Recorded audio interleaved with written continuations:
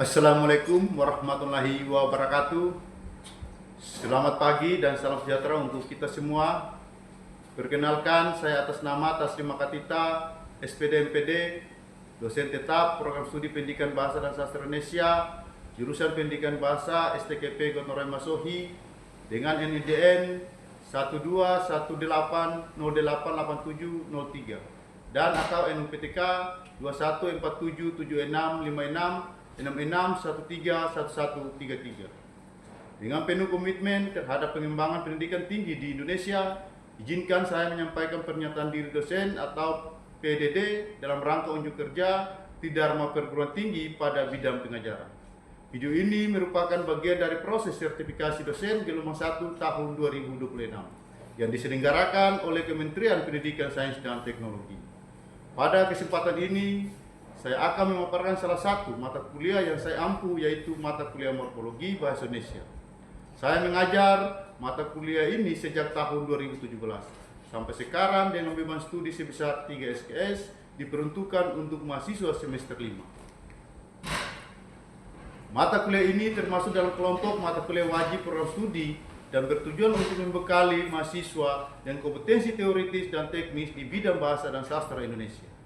Pada mata kuliah ini dilengkapinya membekali mahasiswa dengan pengetahuan dan kompetensi dalam pembentukan kata bahasa Indonesia yang baik dan benar.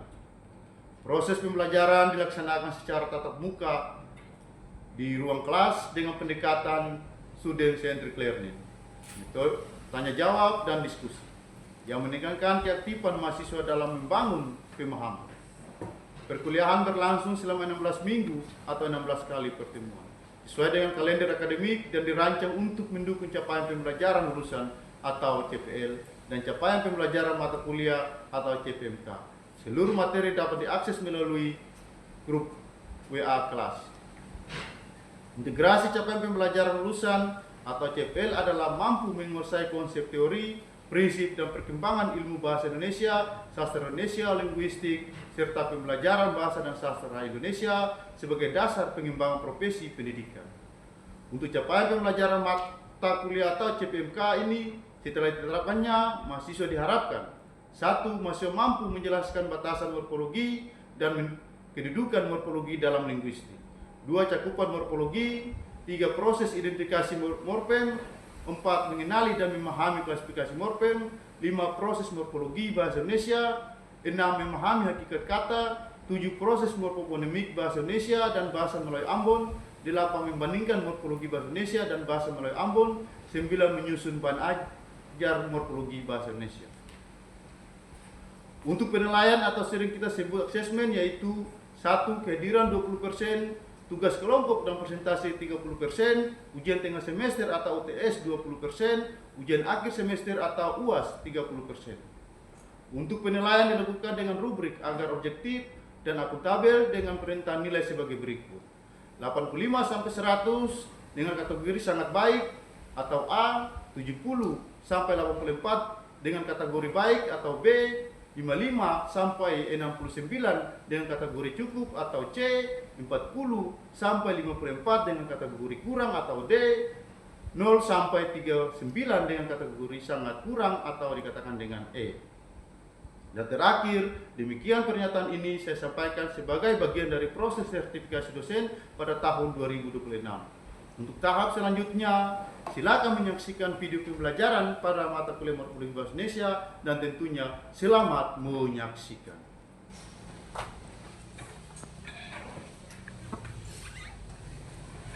Assalamualaikum warahmatullahi wabarakatuh. Waalaikumsalam warahmatullahi wabarakatuh. Selamat pagi dan salam sejahtera buat kita semua. Pagi, Pak. Baik, silakan duduk. Sebelum kita memulai proses pembelajaran, marilah kita berdoa sesuai keyakinan kita masing-masing. Berdoa mulai. Berdoa selesai. Rizky Aprilia Putri hadir. DP Jumita Ode hadir. Soyelan Toweni hadir. Hadir, Pak. Dwi Rizky hadir. Didit Indriani Wagola hadir. Hadir Pak. Kabatia Tiuru hadir. Hadir Pak. Irawati Eli hadir. Hadir Pak. Emma Tewayu hadir. Hadir Pak. Mata kuliah Morfologi Bahasa Indonesia merupakan salah satu mata kuliah program studi. Jadi tentunya saudara-saudara harus bisa menguasai terkait dengan mata kuliah tersebut ya. Untuk itu mata kuliah morfologi adalah salah satu cabang ilmu bahasa yang tugasnya untuk membentuk sebuah kata. Jadi nanti saudara-saudara akan menulis sebuah karangan atau sebuah karya ilmiah, tentunya saudara-saudara bisa mengetahui dan bisa memahami apa itu bahasa Indonesia baku dan bahasa Indonesia yang benar ya. Jangan sampai dicampur adukan dengan bahasa Melayu Deleng Ambon, karena kebanyakan bahasa Melayu Deleng Ambon itu banyak kemiripan dengan bahasa Indonesia. Jika saudara-saudara tidak menguasai mata kuliah morfologi bahasa Indonesia, tentunya saudara akan bisa keliru atau salah dalam menulis sebuah kata. Hari ini materi kita terkait dengan klasifikasi morfem. Tujuan pembelajaran pada hari ini yang pertama, mahasiswa mampu menjelaskan pengertian morfem. Tujuan yang kedua, mahasiswa mampu mengidentifikasi jenis-jenis morfem berdasarkan klasifikasinya. Yang pertama, morfem bebas dan morfem terikat. Yang kedua, morfem utuh dan morfem terbagi. Yang ketiga, morfem segmental dan morfem suprasegmental. Yang keempat, morfem bermakna leksikal dan tidak bermakna leksikal. Tentang morfem, ya baik silakan. Morfem adalah satuan gramatikal terkecil dalam bahasa yang memiliki makna. Ya baik, morfem adalah satuan Gramatikal kecil yang memiliki makna ya. Ya baik. Sudah dijawab oleh teman kalian terkait dengan morfem ya. Morfem adalah satuan gramatikal terkecil yang memiliki makna ya. Dalam kajian morfologi, morfem dibedakan menjadi beberapa berdasarkan kriteria. Jenis-jenis morfem berdasarkan klasifikasinya. Yang pertama, morfem bebas dan morfem terikat. Yang kedua, morfem utuh dan morfem terbagi. Yang ketiga, morfem segmental dan morfem suprasegmental. Yang keempat, morfem bermakna leksikal dan tidak bermakna leksikal. Baik, yang pertama morfem bebas dan morfem terikat. Morfem bebas, apa yang Anda ketahui tentang morfem bebas? Saya Pak, Ya, silakan. morfem bebas adalah satuan bahasa terkecil yang memiliki arti Pak. Ya, baik. Morfem bebas adalah morfem yang tanpa ada keterkaitan dengan morfem lain, dapat langsung digunakan dalam penuturan. Ya, di mana morfem bebas ini berupa morfem dasar ya. Jadi morfem bebas ini tidak disisipkan dengan morfem yang lain, ya. Jadi morfem bebas ini seperti kata dasar, ya. Siapa yang bisa tahu tentang kata dasar? Contohnya apa? Nah, silakan. Contohnya seperti lari Pak. Nah, contohnya seperti lari. Apakah ada contoh yang lain? Tulis Pak. Tulis, ya. Namakan dengan morfem bebas, ya. Nah, ini Pak akan memberikan beberapa contoh juga ya. Yang pertama misalkan jalan. Yang kedua jual. Yang ketiga pergi. Jadi morfem bebas itu morfem yang berdiri sendiri tanpa disisipkan dengan morfem yang lain, ya. Iya Pak. Bisa dipahami? Bisa, Bisa ya? Ya. Baik. Apakah ada pertanyaan? Saya Pak. Ya, silakan. Pak, apakah kata makanan termasuk morfem bebas Pak? Sudah kita tahu bersama bahwa morfem bebas adalah morfem yang tanpa ada keterkaitan dengan morfem yang lain. Tentunya kata makanan itu bukan bagian daripada morfem bebas, ya. Itu bagian daripada morfem terikat, ya. Kalau morfem bebas, morfem yang berdiri sendiri. Misalkan tadi yang sudah disampaikan bahwa makanan, nah itu bukan bagian daripada morfem bebas, ya. terkecuali makan, ya, baru di bebas ya. Baik, kita lanjut ya. Baik. Sekarang terkait dengan morfem terikat, apa yang saudara-saudara ketahui? Ada yang bisa membantu Pak? Saya Pak. Ya silakan. Morfem terikat yaitu satuan bahasa terkecil yang tidak dapat berdiri sendiri dan tidak memiliki makna utuh. Ya baik, terima kasih. Apakah ada yang lain juga yang bisa menjawab terkait dengan morfem terikat? Baik, kalau tidak ada yang bisa, maka Pak akan menjelaskan terkait dengan morfem terikat ya. Morfem terikat adalah morfem yang harus terlebih dahulu bergabung dengan morfem lain untuk dapat digunakan dalam penuturan. Ya, termasuk dalam morfem terikat adalah semua afiks dalam bahasa Indonesia seperti ber, kan, me, dan an. Jadi morfem terikat ini kalau berdiri sendiri itu belum memiliki makna.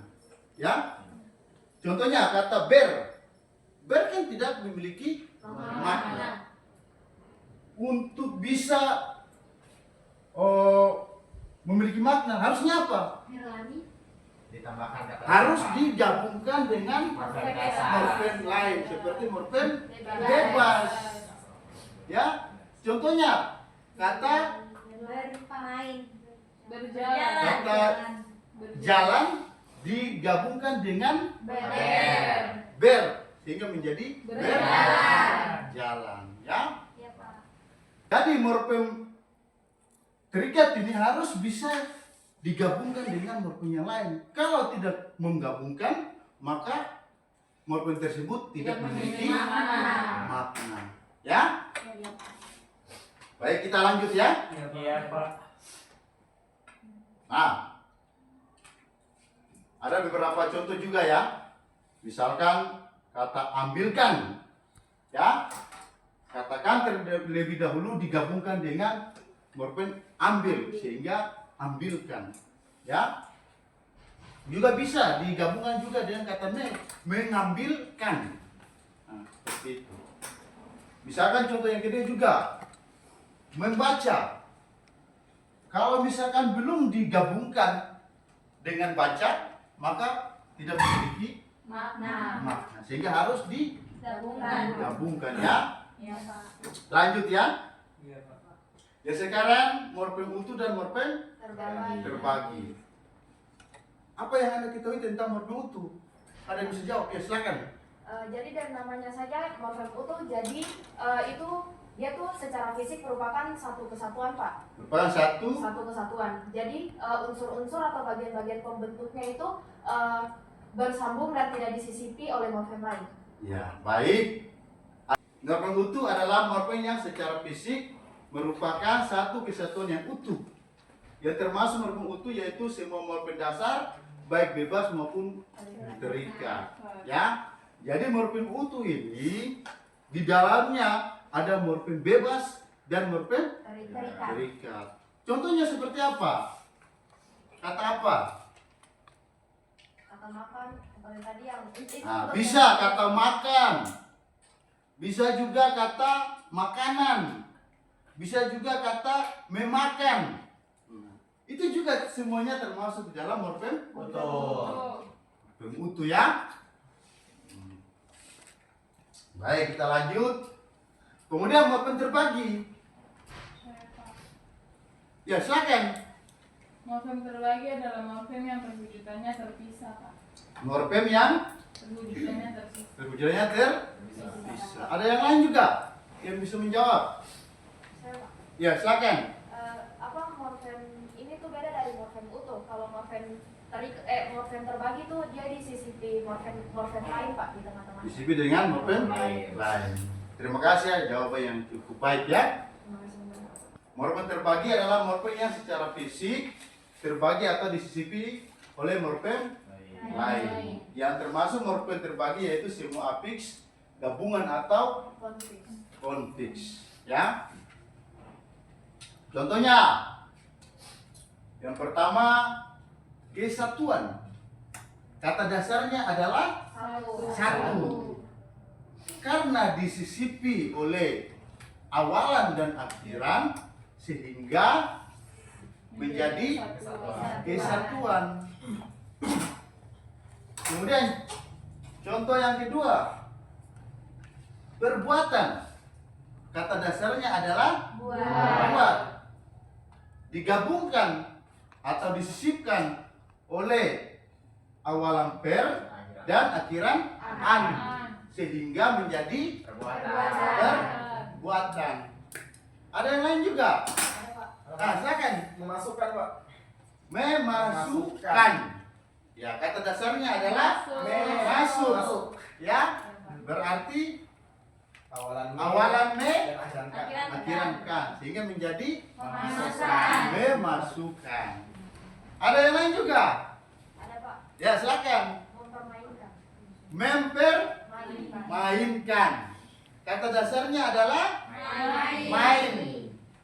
Nah, di awalan Ada me, ada me dan kan sehingga Mempermainkan. Mempermainkan apa? Kan? Kita lanjut ya. Sekarang morfem segmental. Ya, morfem segmental adalah morfem yang disusun atas satuan-satuan bunyi bahasa yang dapat dipisahkan atau disegmentasikan. Ya, morfem ini memiliki bentuk nyata berupa rangkaian fonem baik sebagai morfem bebas maupun morfem terikat. Dalam bahasa Indonesia hampir semua morfem merupakan morfem segmental. Baik morfem bebas, morfem terikat, morfem utuh, morfem terbagi. Jadi semuanya masuk di dalam morfem segmental, ya. Sekarang morfem suprasegmental. Morfem supramental adalah morfem yang terbentuk dari nada, tekanan, durasi, dan intonasi. Jadi morfem suprasegmental ini dalam bahasa Indonesia tidak ditemukan, ya, tidak ditemukan terkait dengan morfem suprasegmental, ya, itu tidak ditemukan, ya. Kita lanjut.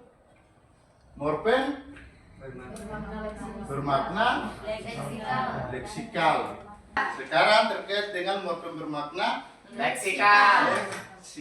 ya. Ada yang ketahui tentang morfem bermakna leksikal? Saya Pak. Ya, silakan. Morfem bermakna leksikal adalah morfem yang memiliki makna inheren atau morfem yang maknanya pada dirinya sendiri.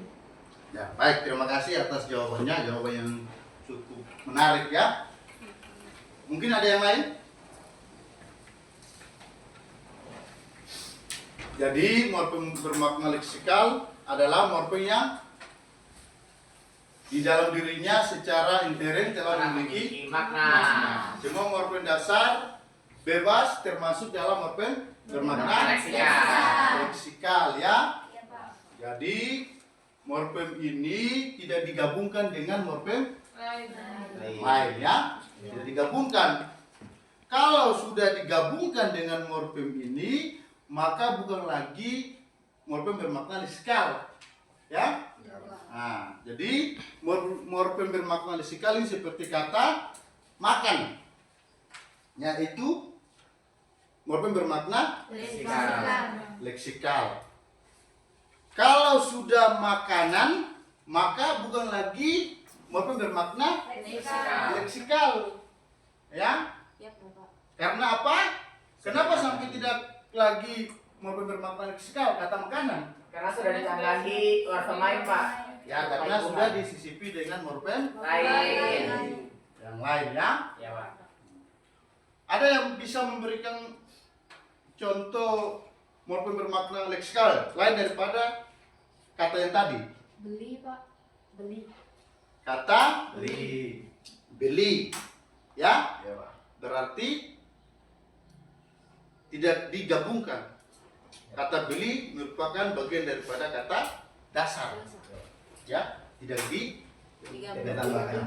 ditambahkan awal maupun akhiran, ya. Iya, Pak. Untuk di belakang bisa paham? Bisa paham, ya. Iya, Pak. Jadi morfem bermakna leksikal ini morfem yang berdiri sendiri ya, tanpa digabungkan dengan morfem yang lain. Ya. Jadi ini khusus kata dasar. Ya, khusus kata Dasar. Ya. Coba Teh Ayu sebutkan satu contoh lagi. Terbang, Pak. Terbang. Lari, Pak. Masuk enggak? Masuk, Pak. Ya, Terbang, Pak. termasuk di dalam morfem leksikal kan? Karena kata dasar terbang. Ya, kalau sudah digabungkan dengan morfem lain, contohnya seperti apa? Misalkan terbangan, misalkan sudah digabungkan, ya, maka tidak lagi morfem leksikal. Berarti harus kata dasarnya adalah terbang, ya. Coba di belakang ada yang bisa memberikan satu contoh juga. Lari, Pak, atau lari. Kata lari, ya. Berarti kata lari bagian daripada morfem bermakna Leksikal. leksikal. Ya. Ada yang lain juga. Jadi bisa dipahami terkait dengan morfem bermakna leksikal, ya, morfem yang berdiri sendiri tanpa disisipkan oleh morfem yang lain. Ya. Baik. Kita bisa lanjut ya. Ya. Ada yang belum paham? Mau bertanya? Ya, silakan. Pak, kalau kata berjalan itu termasuk bagian dari morfem bermakna leksikal atau tidak? Sudah jelas bahwa tidak termasuk morfem bermakna leksikal. Tadi kata berjalan, berarti kata berjalan itu kata dasarnya adalah jalan. Ya, karena sudah ditambahkan dengan awalan dan akhiran, maka tidak lagi termasuk di dalam morfem bermakna leksikal. Ya, karena morfem bermakna leksikal ini morfem yang dapat berdiri sendiri tanpa disisipkan dengan morfem yang lain, baik awalan Maupun akhiran maupun gabungan. Seperti itu ya. Ada pertanyaan lagi? Pas, Pak. Ya. Kalau sudah pahami kita lanjut ya. Iya, Pak. Sekarang kita mulai dengan morfem Tidak bermakna leksikal.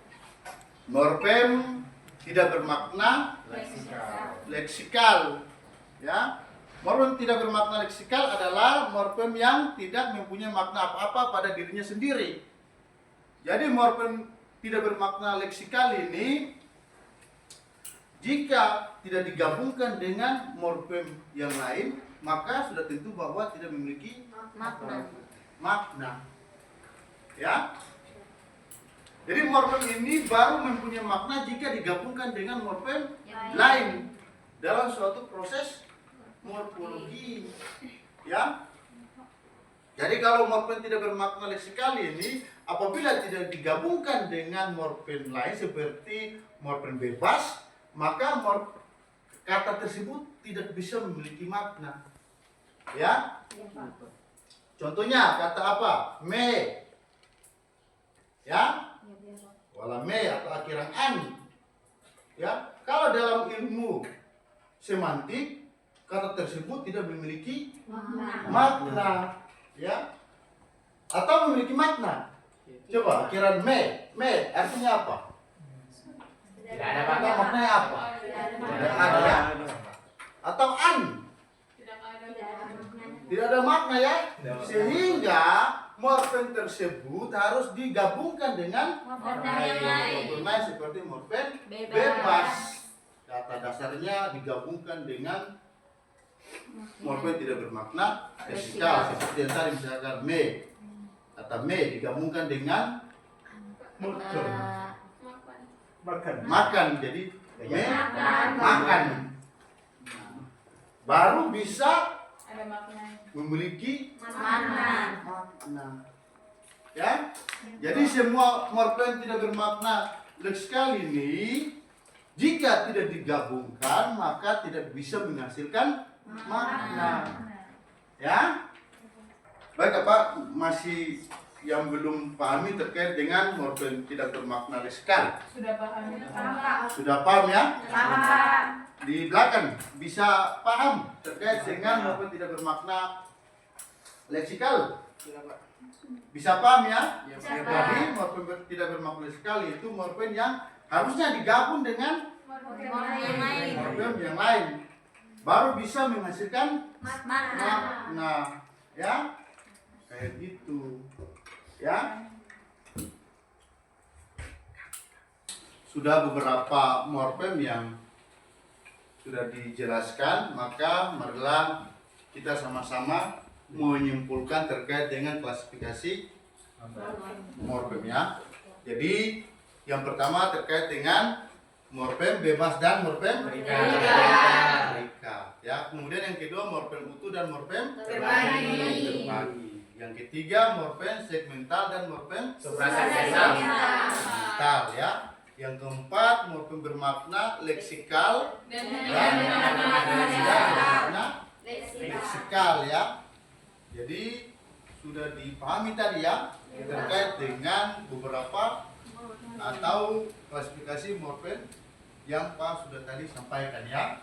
Misalkan kata morfem bermakna leksikal itu berarti morfem yang tidak digabungkan dengan imbuhan apapun. imbuhan apapun atau morfem yang lain ya. Dia tunggal, kata dasar, tidak digabungkan. Kalau digabungkan berarti tidak lagi morfem bermakna leksikal. Sementara morfem tidak bermakna leksikal tadi harus digabungkan atau harus disisipkan dengan morfem lain sehingga morfem tersebut bisa dapat memiliki makna ya. Baik, untuk tugas ya. Tugas yang pertama